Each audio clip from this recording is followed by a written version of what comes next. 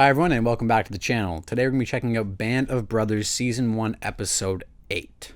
You may have noticed I've taken on a softer tone during these videos and during my last reaction, and that is because I can absolutely tell this is heading in a very, we're going to explore some darker themes as the episodes progress and we get closer to the end of the war, and there might be content matter covered such as the liberation of concentration camps and kind of the heart of the German war machine and the effects on their targets politically and on the war front. So, yeah, it doesn't feel appropriate to do my usual persona of like, what's going on, guys? Welcome back to the channel. Today we're doing this and this and that.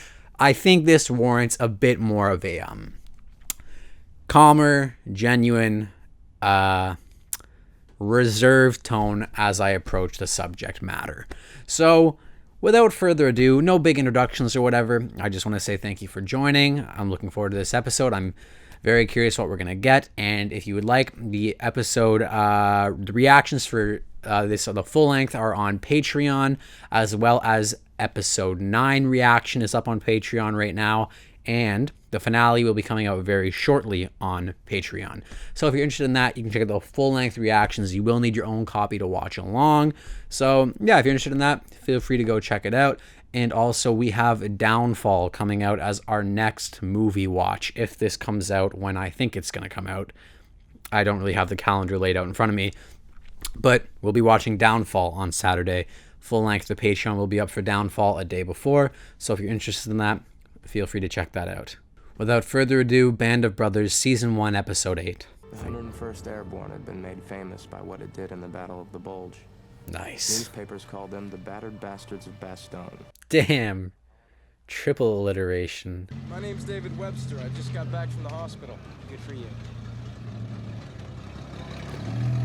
Wow. What's the rest of the guys? This is everybody. Hubler, where's he?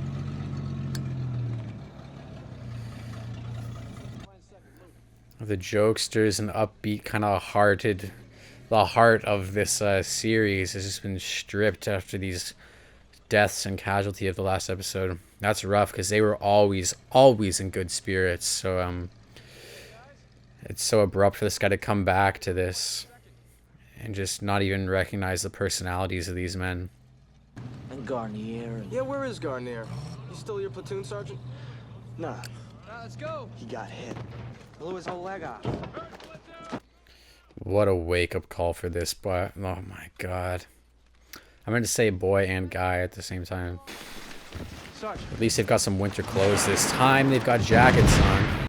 As you were. Lieutenant Jones looking Let's for call in Captain Hanks. Spears. A little bit of nepotism going on here, Mr. Tom. This show is just cameo after cameo. Lieutenant Foley told me to go to second, but Sergeant Malarkey said... Fine, second. Take Lieutenant Jones, OP2. Man, what a re-scrambling too after all of this. But so I know I'm not talking much this episode, but there's a lot of dialogue going on, not a lot of breaks going on and stuff. But wow, I was gonna say something, but it's left my mind completely now.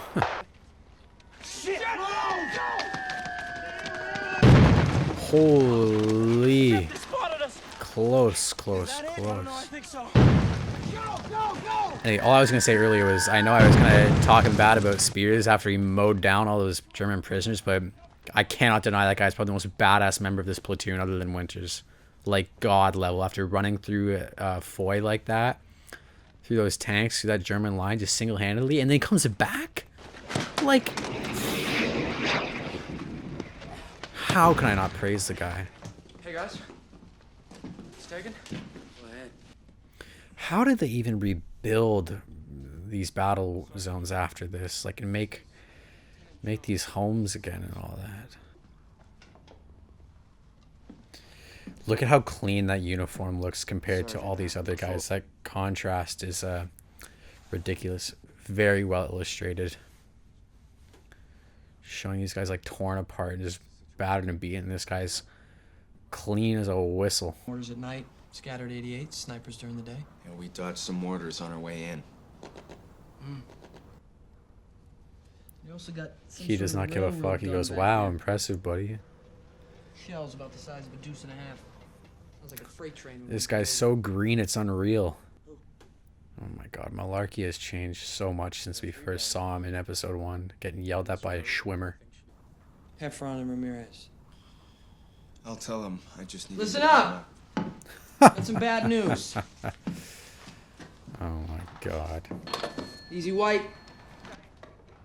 I can't believe it's Malarkey. The guy is physically and emotionally grown so much. All right, let's move! Clear it out! Move! Just casual conversation, giving out orders the next, and then they're dodging mortars seconds later. I bet you Colin Hanks doesn't think it's that funny. Showers, let's go.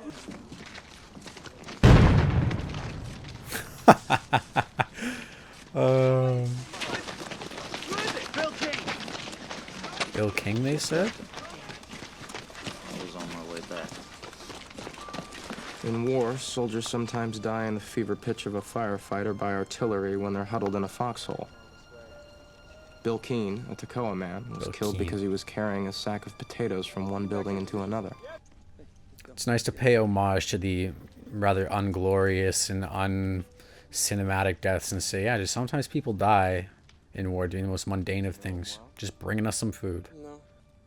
And it's so stupid how so many war movies nowadays try to make like these big cinematic events, and it's like, do you realize the subject matter you're working with, how many stories you could tell? I don't mind absolutely fictional war movies and stuff like that, but like the stories you can tell that are, whether they're anti-war or to celebrate the people who, you know, did commendable jobs in war, whatever your intention is, there are amazing stories to be told. And they try to make these stupid, like, it's more of a modern trend, but especially with movies about modern wars too, like they're just so blindsided and so Hollywood. Has it been a long time since your last shower, Professor? You're doing Cobb dirty in this, man. Talking shit to the Greens again. No, they want someone with experience. The guys they picked have plenty of that. I'm a big proponent of, you know, you do need to learn in the field, and Lieutenant Jones wanted to experience combat before the war was over. and if they deny you the chance at experience, how do you get any experience? But lives are at stake, so maybe now's not the time to be taking risks. Hey, Big Mouth, give the kid a Hershey bar, huh?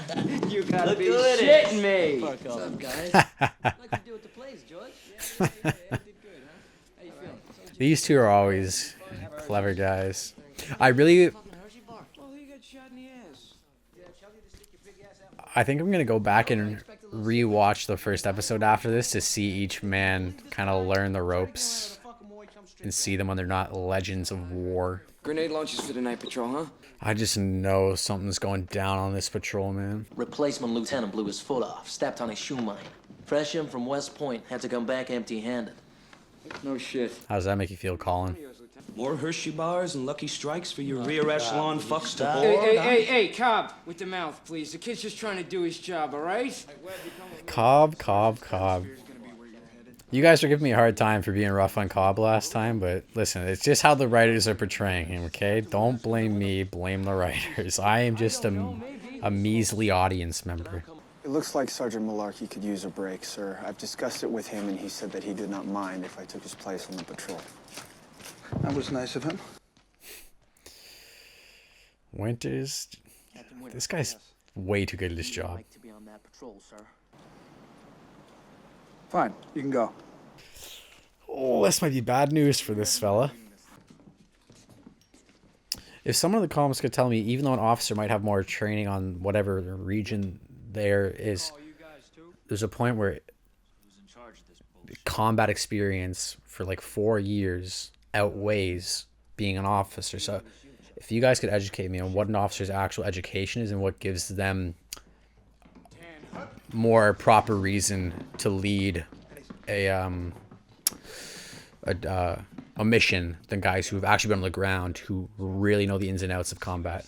Lieutenant Jones here. He's the ranking officer, and he'll be along as an observer. Observer, okay, I see. Said 15 men. There's 16 of us, including 2 translators. Fine. Hey, Liv Gun.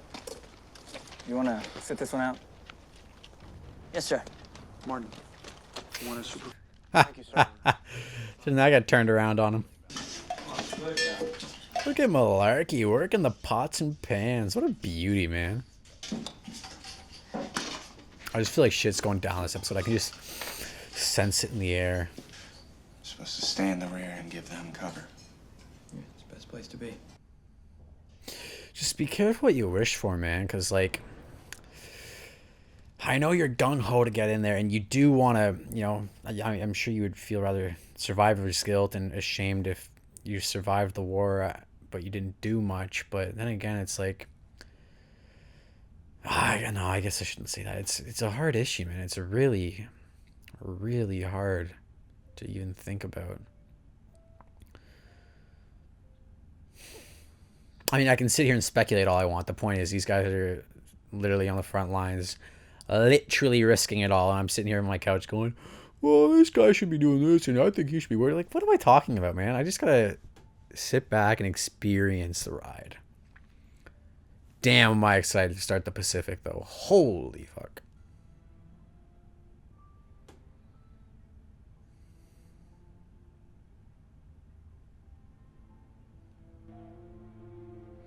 Those lights in the sky, those beams, they always creep me out. They really just, I think they're so eerie. Should be any louder getting into those things, boys. Literally sitting ducks on these boats, man. This could all go so wrong so fast. No helmets either. Well, I guess they're not expecting shrapnel or debris or bullets.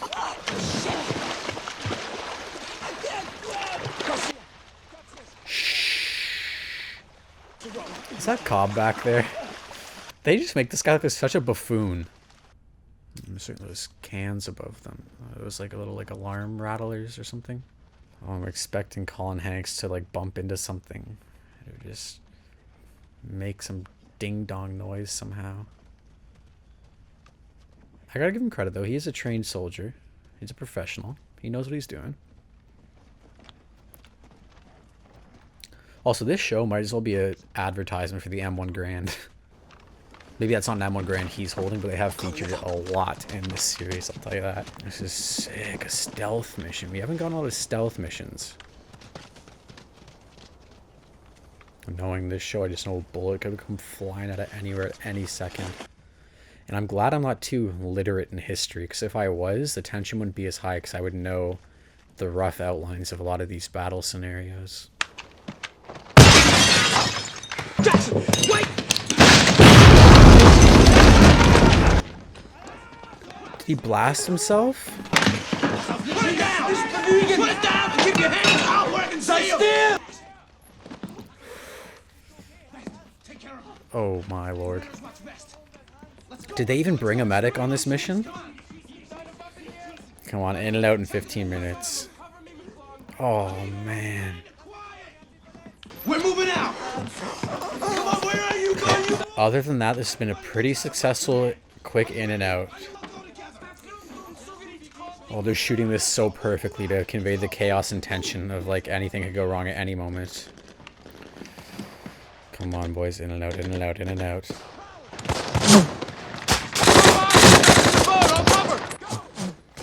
Man, those tracer rounds, which you guys have told me they're called. See, I thought it was really just the heat from the bullets coming out of the chamber that lit them up, but you guys told me it's a special kind of round that I was unaware of, but that's very interesting. I love the perspective of the tracer round coming right through the camera. Great use of that.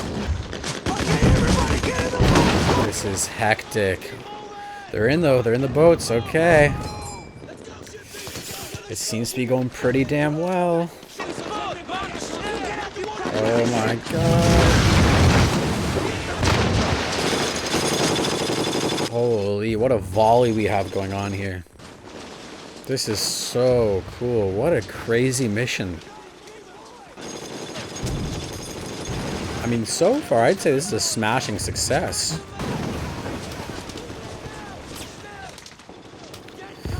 Come on, make it across the river, boys. Just make it into some cover. Let's go, let's go. Oh, man.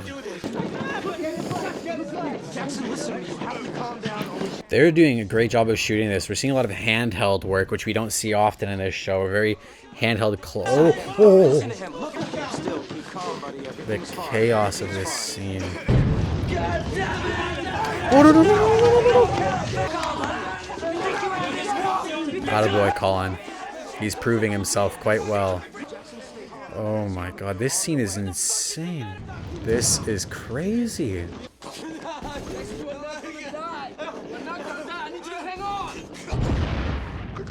No.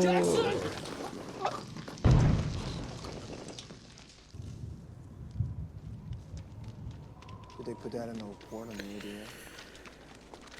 And then was there a reason those guys were so furious with those prisoners? Or they're just getting carried away at the fact that they had Germans in their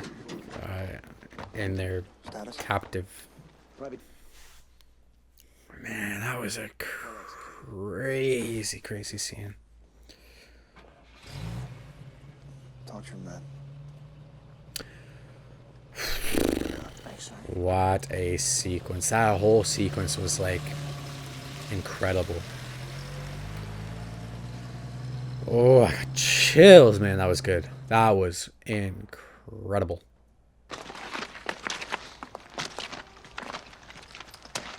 What are you doing, cop? You leave someone in the bank?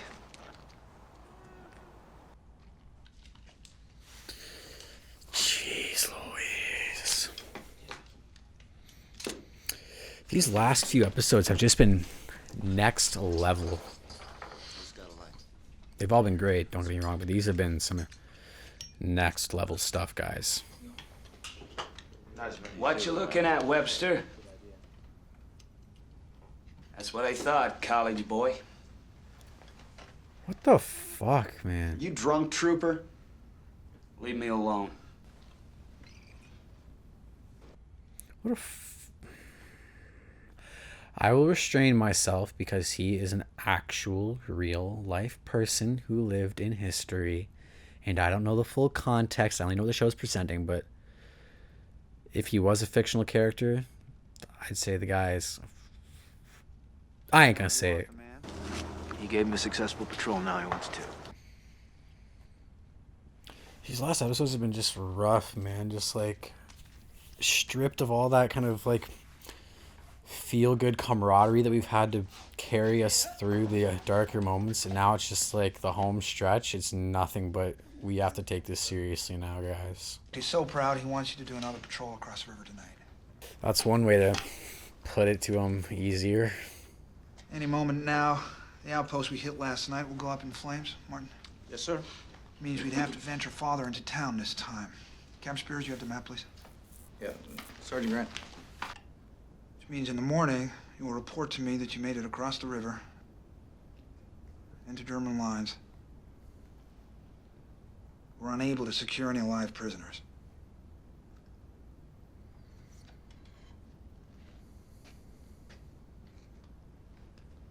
Understand? What? Sir. Sir. Winters. Look sharp for tomorrow. Moving off the line. Winters. Did he really just do what I think he did? Moving off the line. I don't believe it. I must be reading that wrong. There's no way. Winters just said, you guys sleep tonight and just tell me tomorrow that you weren't able to find any prisoners. He's gonna lie?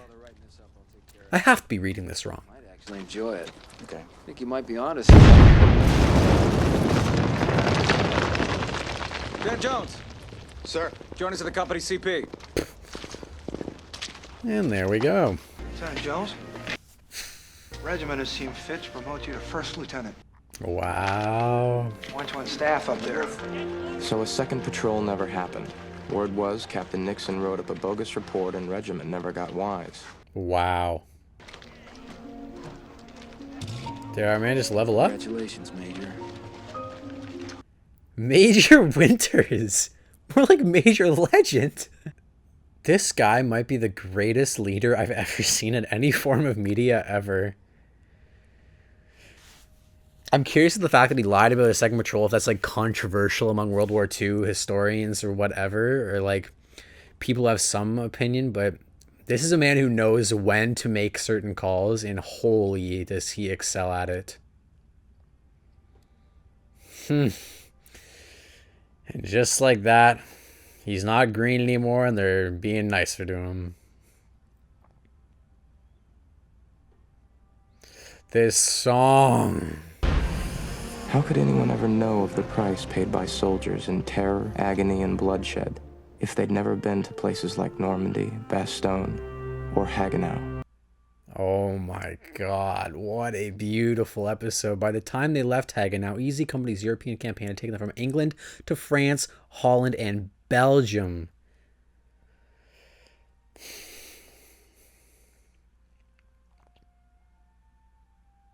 Soon they would be entering Germany. I gotta call it a night. I can't finish the series tonight, but wow.